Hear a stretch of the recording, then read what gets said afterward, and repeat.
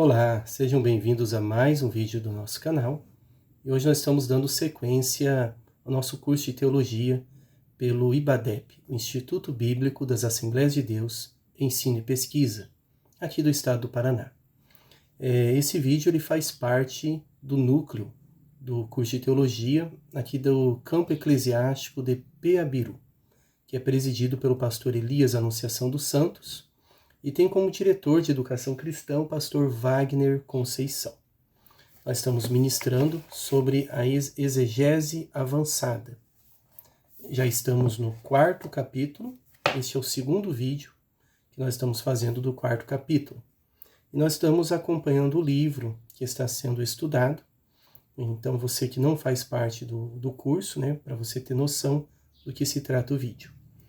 E os alunos já sabem do que se trata e como fazer uso desse vídeo como subsídio para os seus estudos. Nós estamos então estudando a página 195. Nós estamos dando início aqui aos estudos sobre figuras de linguagem. Não sei se vai dar tempo de fazermos todas as figuras de linguagem nesse vídeo, mas se der tempo, será então feito nesse vídeo. Então a primeira figura de linguagem aqui, na página 195, é a parábola. Então a parábola ela vem do grego parabole, e significa jogar ao lado de, comparar lado a lado, colocar lado a lado com, manter ao lado de. Então são aí significados que a palavra parábola ela carrega. No Antigo Testamento, o equivalente à palavra parábola é a palavra machal. Machal é usado em um livro do Tanar, no Antigo Testamento, que é o livro de Provérbios. Provérbios nós pronunciamos mishle, que vem do verbo machal, que significa comparar. Então, provérbios são comparações, lições ali que nós tiramos e se comparam coisas do dia a dia, da vida, com coisas espirituais. O termo parábole, no grego, ocorre 50 vezes no Novo Testamento, das 48 nos Evangelhos sinóticos e 2 na Epístola aos Hebreus. Então a palavra ela aparece esse tanto de vezes. Parábola então é o quê? A parábola seria parecido com uma ilustração, uma história. Pode ser verdadeira, pode não ser verdadeira. Pode ser uma parábola curtinha, como a história do grão de mostarda, parábola do grão de mostarda. Pode ser uma parábola maior, mais longa, como a história do filho pródigo. Então, assim, existem muitos tipos de parábolas. Página 196, último parágrafo, diz o seguinte: é característico das parábolas bíblicas transmitirem apenas uma verdade principal. Então, geralmente, a parábola ela vai trazer ali uma verdade principal. E as partes secundárias devem ser interpretadas em harmonia com o assunto principal. Então, quando você vai fazer a exegese de uma parábola, primeira coisa, você deve achar o assunto principal e os assuntos secundários ali, eles devem estar em consonância com o assunto principal, para que você não venha criar ali uma doutrina errada, uma especulação teológica. Então é muito importante na hora de fazer exegese de uma parábola. Agora nós já vamos para frente, para estudar as outras figuras de linguagem. Vamos agora para a página 203. Nós temos aqui a palavra tipologia, que é uma figura de linguagem. A palavra tipologia é derivada do grego typos, que pode ser traduzido por impressão, imagem, exemplo. Então, as tipologias do Antigo Testamento encontram suas devidas interpretações nas passagens correlatas do Novo Testamento. Então, os autores do Novo Testamento, eles pegaram ali histórias do Antigo Testamento e viram ali algumas tipologias, coisas que no Antigo Testamento simbolizam algo no Novo Testamento, mas na maioria das vezes relacionado a Jesus, a Cristo, algumas vezes à igreja, algumas vezes ao ser humano. Então nós temos alguns exemplos no livro aqui. Nós temos aqui a história de Jonas, está lá em Mateus 12, né? Então, ali Jonas ele é uma tipologia de Cristo na sepultura, ficando, assim como Jonas ficou 3 dias e 3 noites na barriga do grande peixe, assim também Jesus, né, ficou 3 dias e 3 noites no sepulcro. A Páscoa é uma tipologia de Cristo, ele é o Cordeiro de Deus que tira o pecado do mundo. A arca, 1 Pedro 3,20, faz uma referência à igreja como salvação. A serpente, João 3,14, assim como a serpente foi levantada por Moisés, assim o Filho do Homem seria levantado, é uma tipologia. O Adão, Romanos 5,14, fazendo referência a Cristo como o segundo Adão. Então são assim várias tipologias que a gente tem na Bíblia. Metáfora. Metáfora é algo simbólico. É uma figura de retórica que consiste no transporte por analogia de um nome ou de um atributo, de uma ação, de um objeto para o outro. Aqui não é literalmente aplicável. E nós temos aí um exemplo de metáforas. Quando Jesus disse, eu sou a porta. Ele não é uma porta literalmente, mas ele usa a metáfora para trazer uma lição espiritual, uma lição mais profunda. Eu sou o pão da vida, eu sou o caminho, vós sois a luz do mundo, né? Vós sois o sal da terra. Então são todas metáforas, figuras de linguagem que nós encontramos na Bíblia. Então é importante na hora de fazer exegese, ver se aquilo ali é uma figura de linguagem ou é um texto literal, né? Como que eu devo interpretar aquele texto ali. Tem uma outra figura de linguagem que é a sinédoque.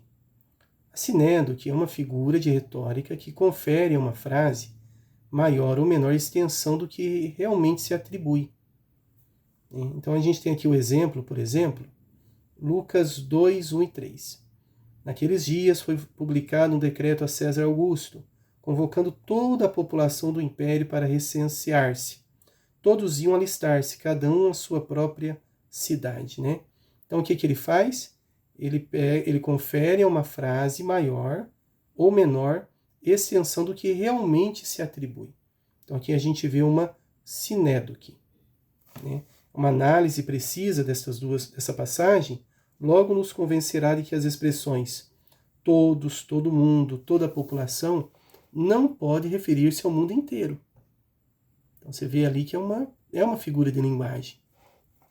Metonímia é outra figura de retórica e é usado quando designa um símbolo em referência a uma verdade espiritual moral. Um exemplo aqui. O sangue de Jesus, seu Filho, nos purifica de todo o pecado. Então usa um símbolo para trazer uma verdade espiritual. Por que não é uma metáfora? Porque realmente o sangue de Jesus foi derramado. Então, mas é uma figura de linguagem. É um pouquinho diferente da metáfora.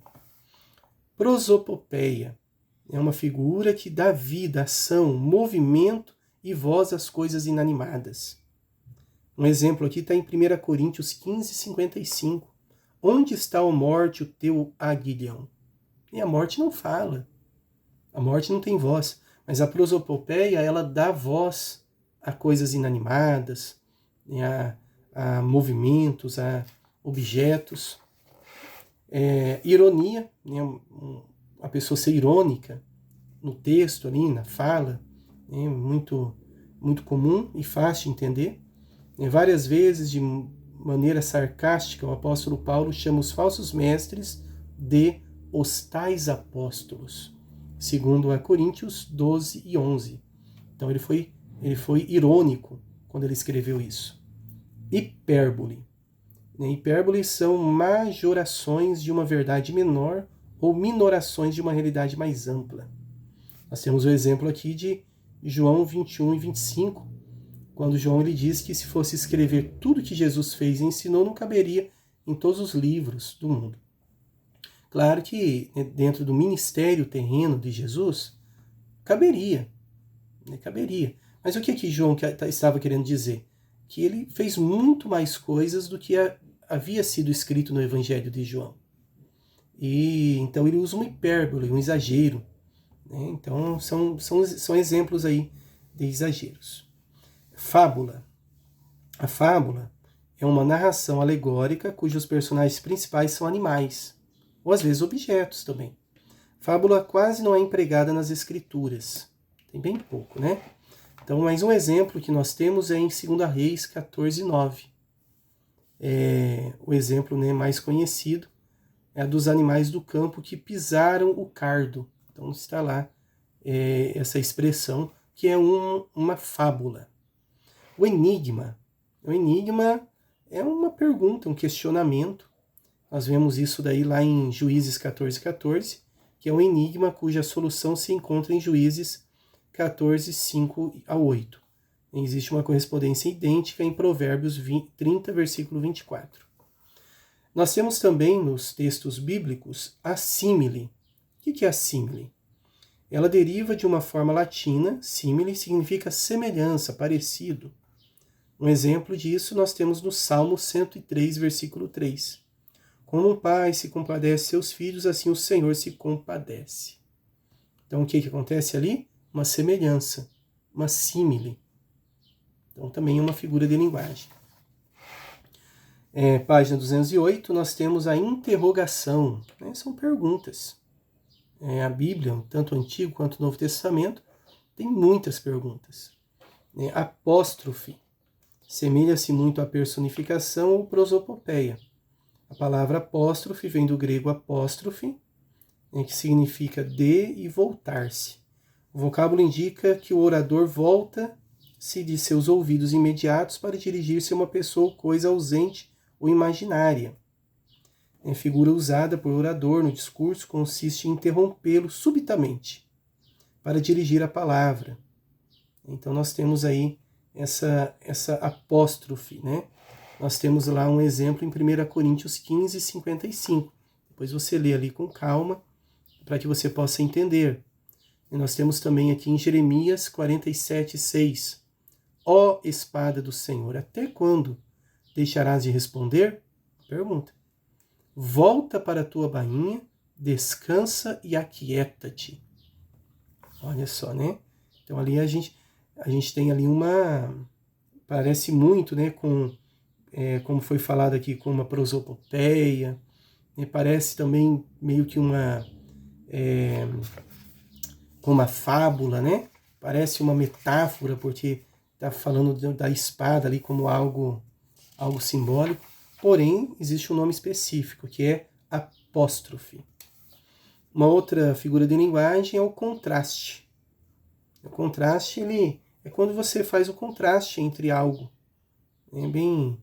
É bem comum também termos na Bíblia contraste. Nós temos